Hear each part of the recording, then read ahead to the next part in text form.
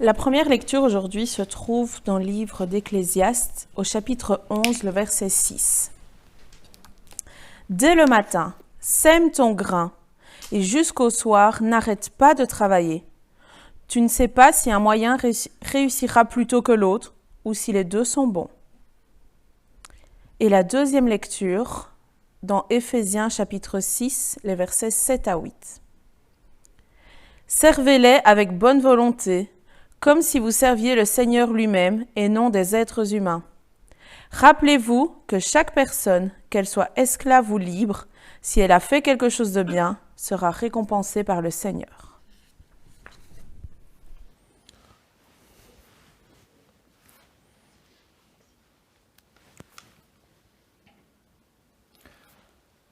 Dans la presse cette semaine, j'ai vu un article qui traitait de la peur des jeunes par rapport au métro boulot dodo. Vous connaissez l'expression. Une peur qui les pousse à chercher d'autres façons de vivre au quotidien.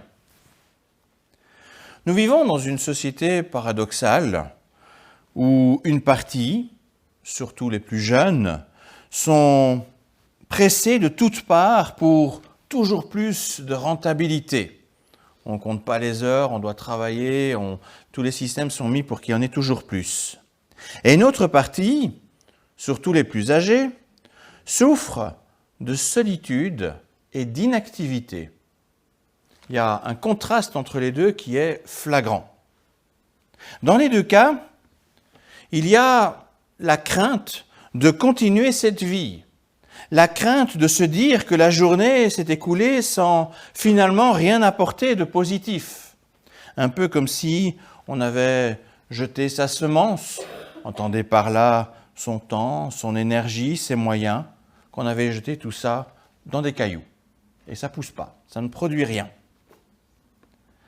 Ce matin, je souhaite avec vous repenser notre journée autrement. Rendre Dieu présent dans notre quotidien. Lui redonner une place centrale pour que notre journée soit différente de ce métro, boulot, dodo ou de cette crainte d'être insignifiant. Certains me diront qu'ils n'ont pas le temps pour ces bondieuseries, car ils sont déjà submergés par tout ce qu'ils doivent faire du matin jusqu'au soir. D'autres me diront, mais à quoi bon, puisque je suis déjà complètement diminué pour être utile à quoi que ce soit. Ce dont je vais parler ce matin ne changera pas obligatoirement notre emploi du temps. Mais cela peut complètement changer notre journée afin de la terminer dans la joie en se disant « Oui, j'ai passé une bonne journée ». Regardons ensemble comment redonner plus de place à Dieu dans notre quotidien. Je vais introduire la réflexion sur chaque partie de la journée par un verset. Je ne vous ai pas mis beaucoup au début, je vais me rattraper un petit peu maintenant. Quand je me lève, un premier verset dans Psaume 13, 3. Du soleil levant jusqu'au soleil couchant, loué soit le nom du Seigneur. Quand le réveil sonne, un peu dur, je pense que vous avez tous compris, il nous faut quelques minutes pour émerger. Certains s'amusent à mettre le réveil 2, 3, 4 fois. Il y en a, ils ont besoin de réveils très très solides pour supporter les chocs.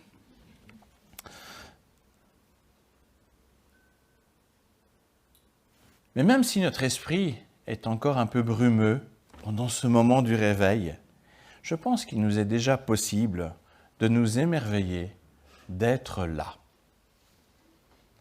Nous émerveiller de ce que Dieu nous donne la vie et qui nous offre cette nouvelle journée. Si nous nous levons, ce n'est pas parce que nous avons des contraintes à assumer, ce n'est pas parce que nous avons un agenda qui est déjà hyper rempli, c'est avant tout parce que Dieu a permis que nos yeux s'ouvrent. En effet, nous ne sommes pas là par hasard. Personne ne se réveille par hasard. En nous levant, il est utile de nous rappeler que nous sommes pour Dieu. Une créature merveilleuse, nous dit un des psaumes. Tout ce que Dieu a créé est bon, ça on le trouve dans la Genèse au début, mais à notre sujet, il a dit que cela était très bon. Nous ouvrons les yeux, non par hasard, mais pour accomplir quelque chose du projet de Dieu, y compris dans les petites occupations quotidiennes, dans ce qui pourrait nous sembler insignifiant. Nous avons du mal à comprendre le lien entre nos activités habituelles et le plan de Dieu, mais cela ne signifie pas qu'il n'y ait pas de lien. Le simple fait que notre existence est voulue par Dieu en témoigne. Si c'était insignifiant, si on ne comptait pour rien, pourquoi est-ce qu'on est là? C'est seulement parce que Dieu le permet, même pour une journée qui à nos yeux peut paraître insignifiante. Nous nous levons et puis nous faisons notre toilette.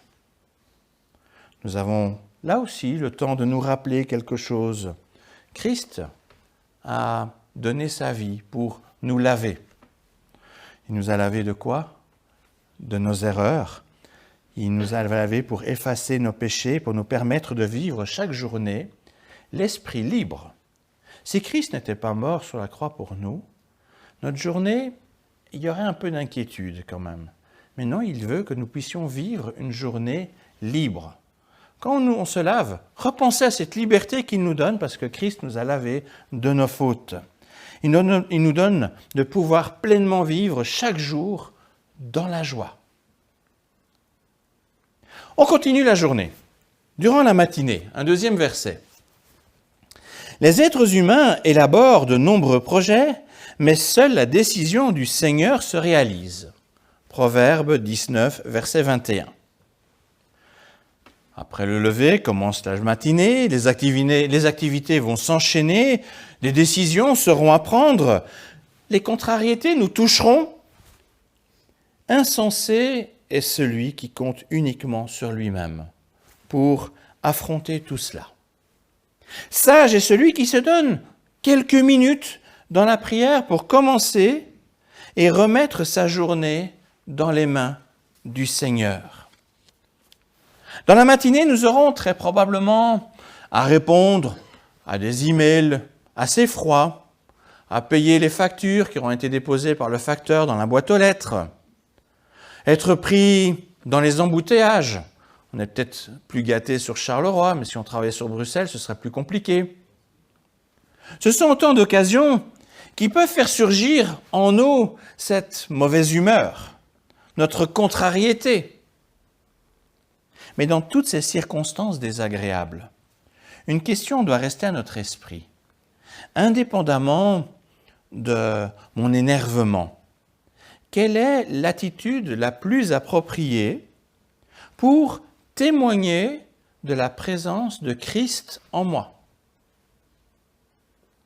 Il n'est pas nécessaire de s'arrêter dans ces activités pour se poser cette question.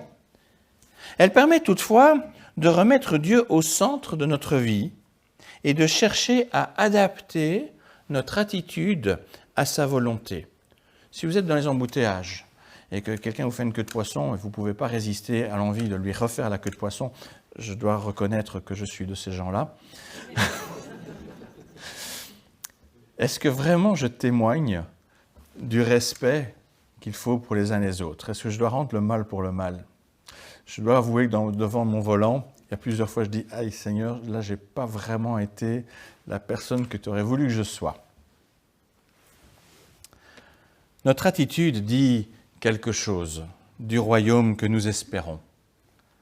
La juste attitude contribuera à nous rendre fiers et heureux en fin de journée.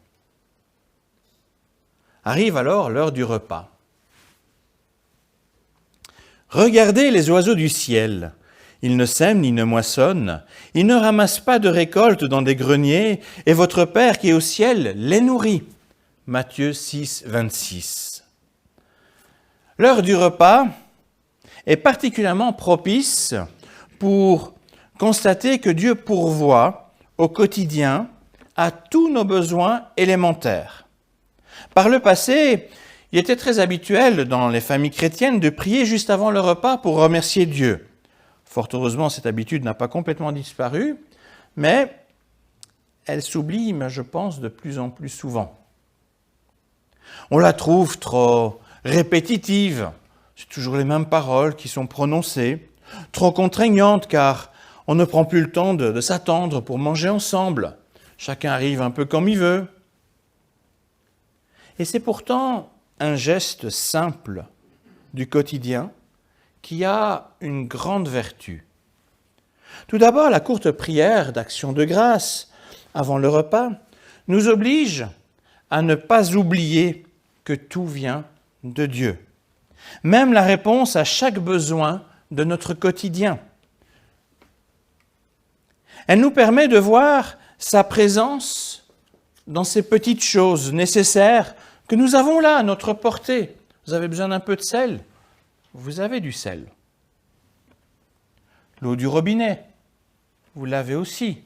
C'est un privilège. Il faut aller vivre dans une région. J'ai habité 2 ans où je n'avais pas d'eau de robinet. Je peux vous assurer que c'est autrement plus compliqué.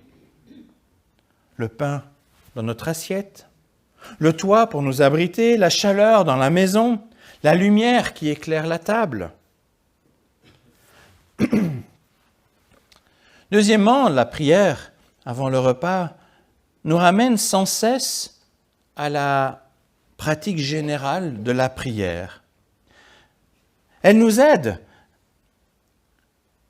à revenir à la prière, même si, vous savez, dans la vie de foi, parfois, il y a des moments où on prie beaucoup, il y a des moments où il y a quelque chose qui ne va pas, on est un peu empêché de prier, il y a des blocages. Et bien cette prière à table nous permet de dire, de revenir quand même à la prière. Même si les mots sont un peu répétitifs, on revient quand même à cette idée, là je suis en train de prier à Dieu, je suis en train de parler à Dieu, de lui dire quelque chose.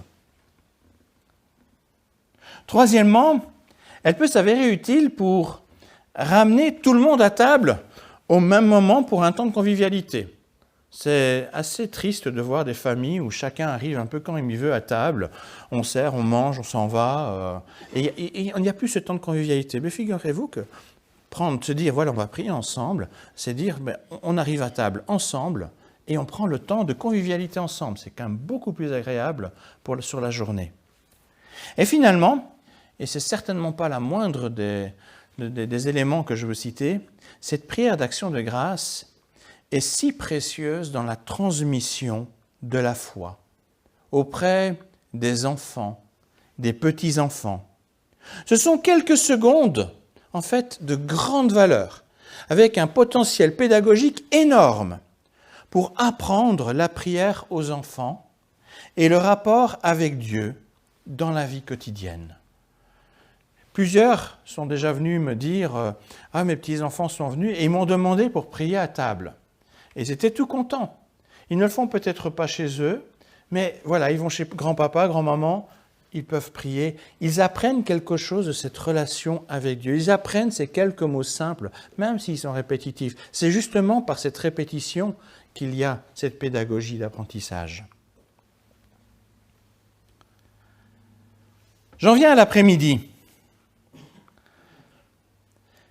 Quel que soit votre travail, faites-le de tout votre cœur comme pour le Seigneur et non pour des êtres humains. Colossiens 3, verset 23. Durant l'après-midi, il nous faut poursuivre le travail. Cela va du travail pour son patron au travail ménager, le repassage, nettoyer par terre. Certains travaux sont évidemment plus agréables que d'autres, mais personne, je pense, n'échappe à du travail pour lequel il n'y a vraiment aucun plaisir. Il est parfois bien difficile de trouver la motivation pour ces tâches nécessaires, mais qui doivent sans cesse se répéter. si j'ai une belle chemise bien repassée, c'est parce qu'il y a quelqu'un qui s'est donné la peine de faire ce travail répété, qui en soit pas très très utile, mais enfin, c'est plus présentable. Hein? On se demande à quoi ça sert parfois de faire cela. Et jamais on ne se pose la question de savoir en quoi ce travail est utile pour Dieu. Et pourtant, en acceptant ce travail, on peut apporter une aide très précieuse sans toujours nous en rendre compte. De plus, par la façon d'exécuter notre travail, on dit quelque chose de nous, de ce qui compte pour nous, de notre foi. Pour ces raisons, Dieu nous invite à exécuter notre travail comme si c'était pour lui. Nous l'avons lu dans le verset ici, nous l'avons entendu aussi dans le passage qu'Esther l'a lu. Le faire comme si c'était pour lui et non pour un patron ou pour une tierce personne. On aurait bien envie de demander à Dieu à quoi cela pourra servir. Il y a certaines choses, on ne sait pas toujours bien. Mais comme réponse, il nous donne une promesse. Et c'est cette promesse qui nous dit, oui, je ne comprends pas pourquoi ça pourrait être utile, mais quand même, visiblement, aux yeux de Dieu, c'est important. Il me fait cette promesse et c'est le verset qui suit celui que je viens de citer. Donc en Colossiens 3, verset 24. « Rappelez-vous que le Seigneur vous récompensera. Vous recevrez l'héritage qu'il réserve aux siens, car le véritable maître que vous servez, c'est le Christ. » Même pour des tâches simples, il nous propose, il nous fait cette promesse d'une récompense. Si Dieu se donne la peine de donner une telle promesse de récompense, même si pour ces tâches qui nous semblent insignifiantes à nos yeux, c'est que visiblement, ces mêmes tâches comptent pour lui. Nous pouvons essayer de retrouver la joie en se disant « je travaille pour le Seigneur ». Pour notre travail, nous disons plus que nous l'imaginons Par notre travail, nous disons plus que nous ne l'imaginons au sujet de nos convictions, de nos motivations, au sujet de la foi qui nous habite. Ne perdons jamais de vue que nous sommes avant tout au service du royaume du Christ. Nous pouvons rendre visibles certains aspects de ce royaume par notre serviabilité, par notre disponibilité, par notre honnêteté dans le travail, par notre enthousiasme, par notre capacité à ne pas nous décourager, même si le travail est parfois difficile. Ne perdons pas de vue la parabole de Jésus qui nous enseigne qu'à celui qui est engagé dans des petites tâches et qu'il les accomplit correctement, le Seigneur lui confiera des tâches beaucoup plus grandes et plus gratifiantes dans son royaume. Le chrétien ne doit jamais dissocier son travail de sa foi et de sa participation au projet du royaume de Dieu. C'est pourquoi en toutes circonstances, travaillons comme pour le Seigneur. Quand arrive le soir, je partage avec vous maintenant un verset de 1 Corinthiens 10, 23. Mais si vous permettez, je vais juste boire un coup parce que j'ai un problème.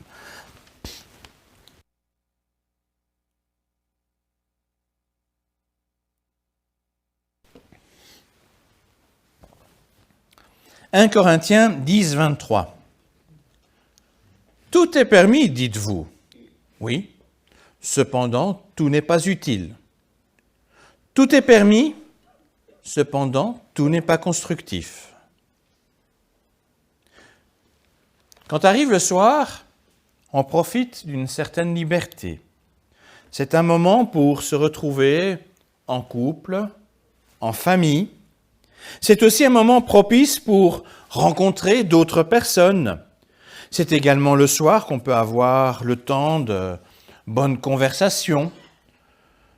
Par ailleurs, on utilise également la soirée pour des loisirs ou éventuellement des engagements bénévoles. Ce sont là, en fait, autant de possibilité de rendre témoignage de notre foi dans un monde meilleur comme Dieu le désire. Notre foi dans le royaume de Christ. Ce témoignage est rendu par l'écoute que l'on aura vis-à-vis des autres, être disponible simplement pour écouter. Je ne suis pas en train de dire « parler », je dis « écouter ». Bien sûr aussi par des paroles bien à propos, par une attitude juste, par des marques de respect et d'amour, aussi par nos centres d'intérêt. Dieu se rend visible aux autres grâce à chacun de nous. Là où nous sommes, peut-être vous sentez-vous un peu seul, mais la manière peut-être de vivre votre foi, d'être de vous comporter pourra toucher le voisin du palier de l'appartement dans lequel vous habitez. Nous avons donc cette responsabilité d'être doux et rechercher ce qui est constructif.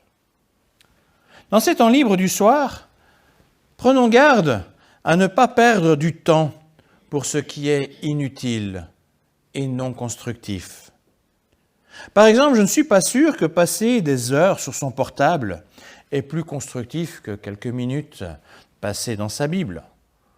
Si vous voulez combiner les deux, lisez votre Bible sur votre portable. On a bien entendu besoin de moments de détente et de loisirs, mais choisissons-les avec discernement. En tant que chrétiens, il est préférable de nous tenir à l'écart de certaines activités malsaines qui nuisent à notre santé spirituelle. Vous pouvez peut-être vous demander de quoi je parle. Je vais vous donner un exemple. La pornographie. Si on n'y prend pas garde, une seconde devant une sale image peut gâcher toute une journée. Quand je me couche, et là je vous lis le psaume 3, verset 6. Je me couche et m'endors l'esprit serein. Je me réveille en paix, car l'Éternel est mon soutien. Après une journée bien remplie, le calme extérieur est revenu. Quand arrive le moment de se coucher, on retrouve un moment propice pour l'intimité avec Dieu. Petite info pour les jeunes, et pour les moins jeunes aussi d'ailleurs, ce n'est pas sur son portable qu'on trouvera cette intimité. On a déjà eu le smartphone, je pense, toute la journée avec nous. Il est bon de le laisser à présent de côté pour entrer dans le repos que Dieu nous offre. Le smartphone n'est certainement pas le lieu propice pour trouver le repos. Quand la journée est terminée, il est sans doute plus utile de faire le point, de repenser à la prière du matin où nous avions remis à Dieu notre journée. Pour nous aider dans ce rapide bilan, voici 2 petites questions que l'on peut se poser dans son lit. Pour quel moment de la journée puis-je être le plus fier devant Dieu ? De ce qui s'est passé dans la journée, qu'est-ce qui finalement m'a apporté le plus de gratitude, le plus de fierté ? Et puis, 2e question, sur quel point puis-je m'améliorer afin de mieux plaire à mon Seigneur une prochaine journée ?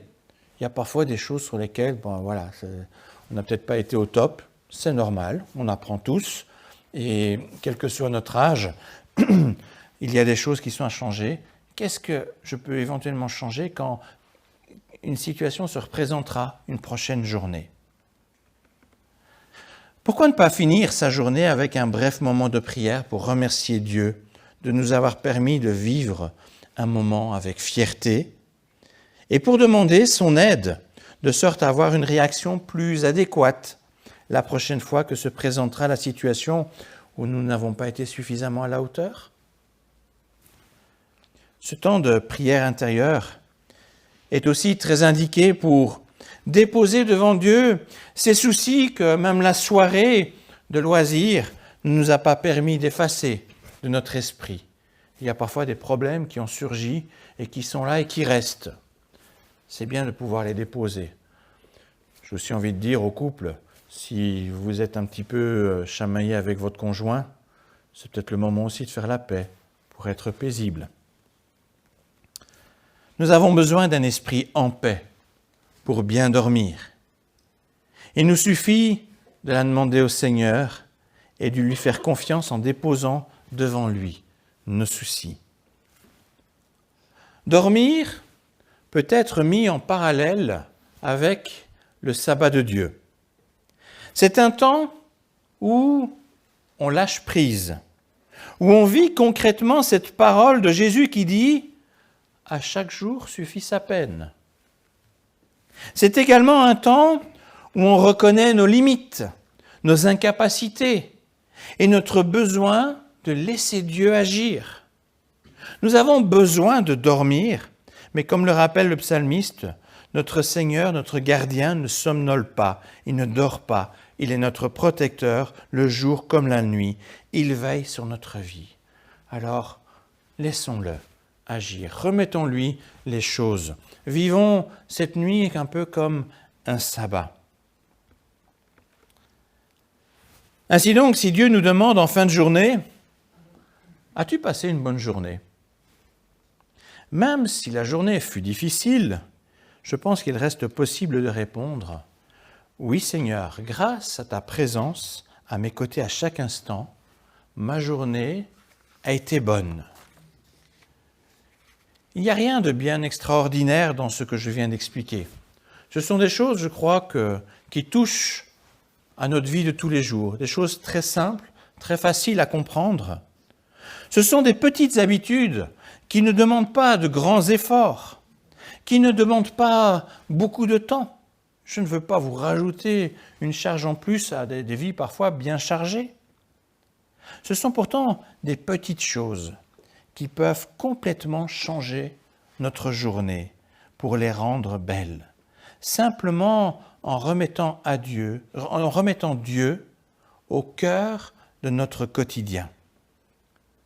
Au début du culte, nous avons entendu le psaume 118 qui contient ce verset qui nous dit « Voici le jour que le Seigneur a fait, qu'il soit notre bonheur et notre joie. » Nous l'avons chanté. Vous allez le voir, je vous le rappellerai encore à la fin pour qu'il reste bien gravé dans votre mémoire. Chaque jour que Dieu nous donne est un cadeau, une raison d'être heureux, une raison de joie, mais à condition de redonner au Seigneur la place qu'il mérite dans notre journée. Je termine avec une expression que j'affectionne particulièrement, une expression que je pense déjà beaucoup d'entre vous ont pu lire dans mes messages écrits. Que ta journée soit belle. Je pourrais l'améliorer en vous souhaitant, avec Dieu, que ta journée soit belle. Amen.